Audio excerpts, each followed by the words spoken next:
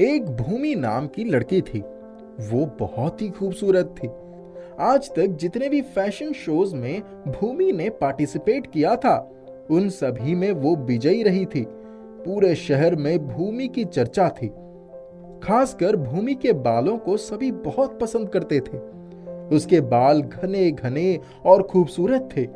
उसे अपने बालों से बहुत प्यार था। एक बार की बात है, भूमि के शहर में एक बहुत ही बड़ा फैशन शो रखा गया। सभी ने भूमि को उसमें पार्टिसिपेट करने को कहा। भूमि के लिए बहुत अच्छे अच्छे ऑफर्स आए तो भूमि उस फैशन शो में पार्टिसिपेट करने के लिए मान गई। भूमि जब उस फैशन शो में आई तब उसे पता चला कि बड़े बड़े शहर से कई मशहूर मॉडल उस फैशन शो में पार्टिसिपेट करने आई हैं। उस फैशन शो में कई पड़ाव होने वाले थे। जो मॉडल सारे पड़ाव को जीत जाती है वो ही उस फैशन शो की विजेता रहेगी। एक एक करके सभी पड़ाव में भूमि जीतती चली गई। बड़े बड़े शहरों से जो मॉडल आई थी सभी भूमि से जलने लगी थी। एक मॉडल जिसका नाम प्रीति था, वो हर बार दूसरी पोजीशन पर आ रही थी। पहले पोजीशन पर भूमि आ जाया करती थी। एक दिन प्रीति सोची, ये भूमि तो हर बार जीत ही रही है। अगर ये ना होती तो मैं ही सारे राउंड को जीत जाती और अंत में इस फैशन शो को भी।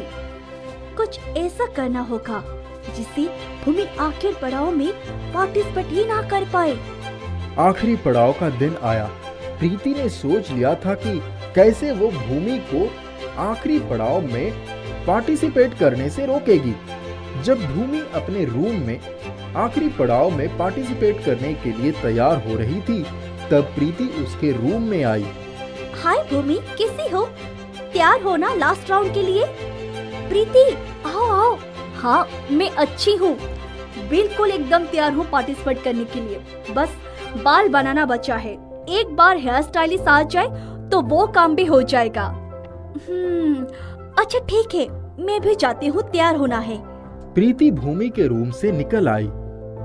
भूमि जब अपने रूम में तैयार होने जा रही थी तभी सामने से फैशन शो के ऑर्गेनाइजर आया और बोला, अरे प्रीति, आज तुम सभी खुद ही बाल बना लो। हेयर स्टाइलिस्ट आज नहीं आ पाएगा, उसका तबीयत ठीक नहीं। तब तक मैं भूमि को बताकर आता हूँ। कोई बात नहीं, हम खुद ही बाल बना लेंगे। वैसे मैं अभी भूमि के पास ही जाने वाली हूँ, मैं उसे बता दूंगी, आप चिंता मत करिए। प्रीति जो मौका खोज रही थी वो उसे मिल चुका था। प्रीति भूमि के रूम में आई और भूमि से बोली, अरे भूमि, हमारा हेयर स्टाइलिस्ट आज नहीं आ पाएगा, इसीलिए हम लोगों ने किसी लड़की को बाल बनाने के लिए बुलाया है। थोड़ी ही देर में आती होगी। अच्छा ठीक है। प्रीति अपने रूम में आई, तुरंत थोड़े पुराने कपड़े पहनी, मास्क लगाई और भूमि के रूम में आ गई। अच्छा, तुम ही हो नई हेयर स्टाइलिस्ट? आओ आओ, जल्दी से बाल बना दो, अब कुछ ही समय रह गया है। प्रीति दबी हुई आवाज में भूमि से बोली, आप आराम से चेयर पे बैठ जाए, मैं तुरंत आपके बाल बना देती हूँ। भूमि जब चेयर पर बैठ गई तब प्रीति बोली, मैं आपकी आंखों पर ये कपड़ा बांध देती हूँ जिससे आपको कोई समस्या नहीं आएगी और मेरा काम भी जल्दी हो जाएगा। मैम, जब तक मैं बाल बना नहीं लेती तब तक आप ऐसे ही आंख बंद करके रखिए। वैसे भी आपके बाल अजीब से हो गई है, मैं इन्हें काट कर सेट कर देती हूँ, फिर बाल बना दूंगी। ठीक है, जो करना है जल्दी करो। प्रीति भूमि के बाल काटने लगी और धीरे धीरे उसके पूरे बाल काट दी और उसे गंजा कर दी। फिर वहां से भाग गई। भूमि जब आंख पर से कपड़ा हटाई तब उसने देखा कि उसके सर के सारे बाल गायब हैं। वो गंजी हो चुकी है। भूमि जोर जोर से रोने लगी।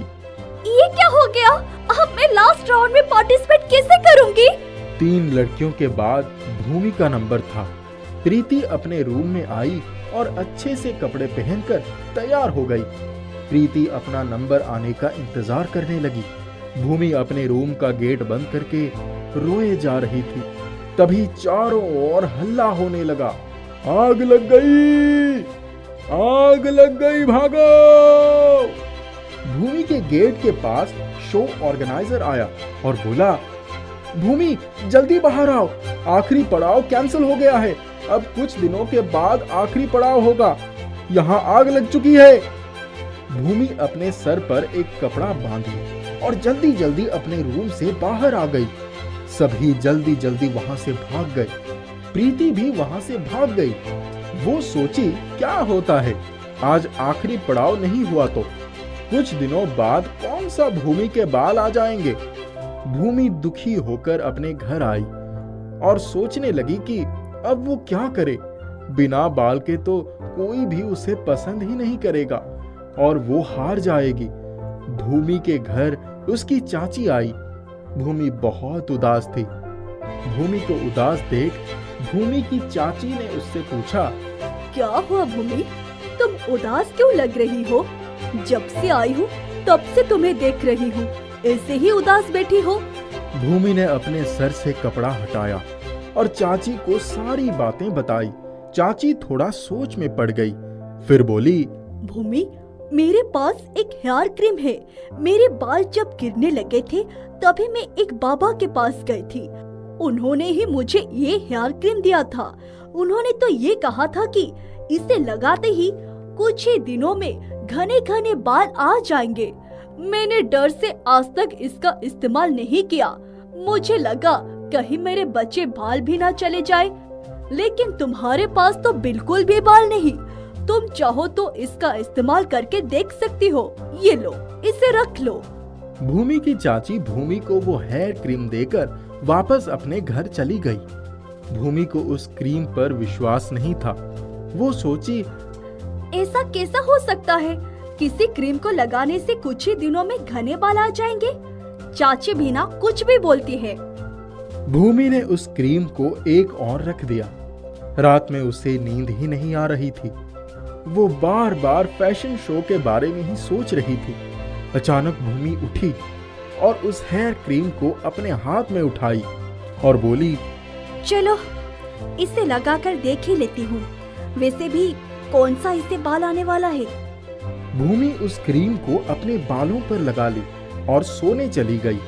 अगले ही दिन से भूमि के सर पर बाल आने शुरू हो गए। भूमि को विश्वास ही नहीं हुआ कि सच में उसके सर पर इतनी जल्दी बाल आने शुरू हो गए। आखिरी पड़ाव का दिन आते आते भूमि के बाल पहले जैसे ही घने और सुंदर हो चुके थे। भूमि समझ गई कि ये हेयर क्रीम जरूर कोई जादुई हेयर क्रीम है जिसे उस बाबा ने दिया था। हो ना हो वो बाबा कोई सिद्ध बाबा है। भूमि खुशी खुशी फैशन शो में आई। प्रीति ने जब भूमि के सुंदर और घने बालों को देखा तो वो हैरान रह गई। उसे समझ में ही नहीं आया कि इतनी जल्दी भूमि के बाल कैसे आ गए। भूमि को स्टेज पर बुलाया गया।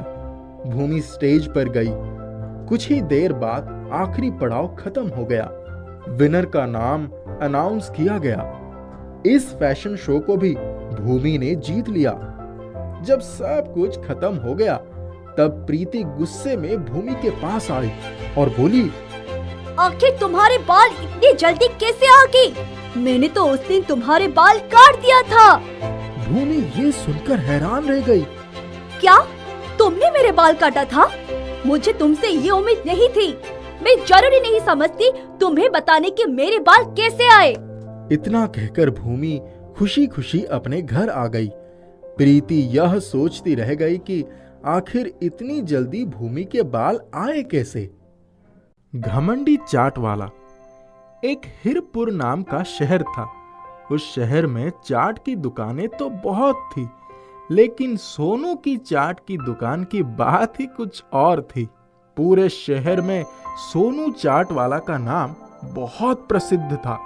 उस शहर में ऐसा कोई भी नहीं था जो सोनू चाट वाले के बारे में ना सुना हो।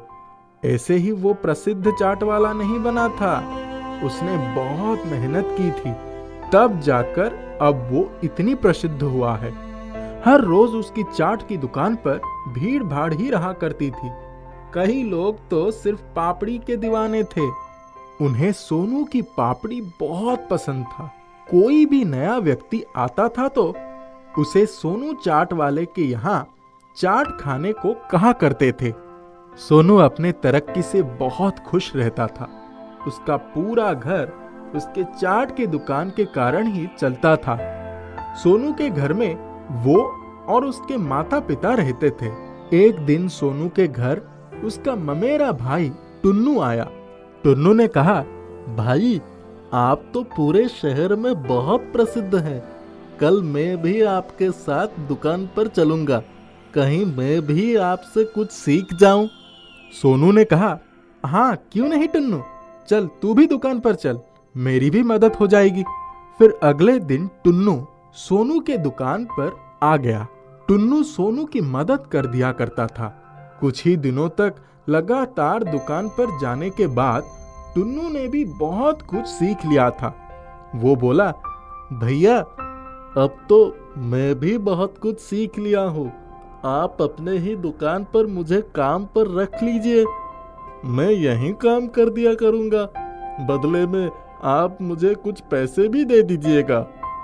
और वैसे भी आपकी तो आमदनी भी अच्छी खासी हो जाती है, तो मुझे काम पर रख लेने से आपको ज्यादा दिक्कत नहीं होगी। अरे टुन्नू, कैसी बात करते हो? बल्कि मुझे तो बहुत खुशी होगी अगर तुम मेरे दुकान पर काम करोगे। टुन्नू अब हर रोज सोनू के साथ दुकान पर जाया करता था और मन लगाकर काम किया करता था। एक दिन की बात है, टुन्नू काम करता करता सोनू से बोला, भैया ग्राहक तो बहुत बढ़ जाते हैं, हमें कुछ और टेबल कुर्सी लगा लेनी चाहिए।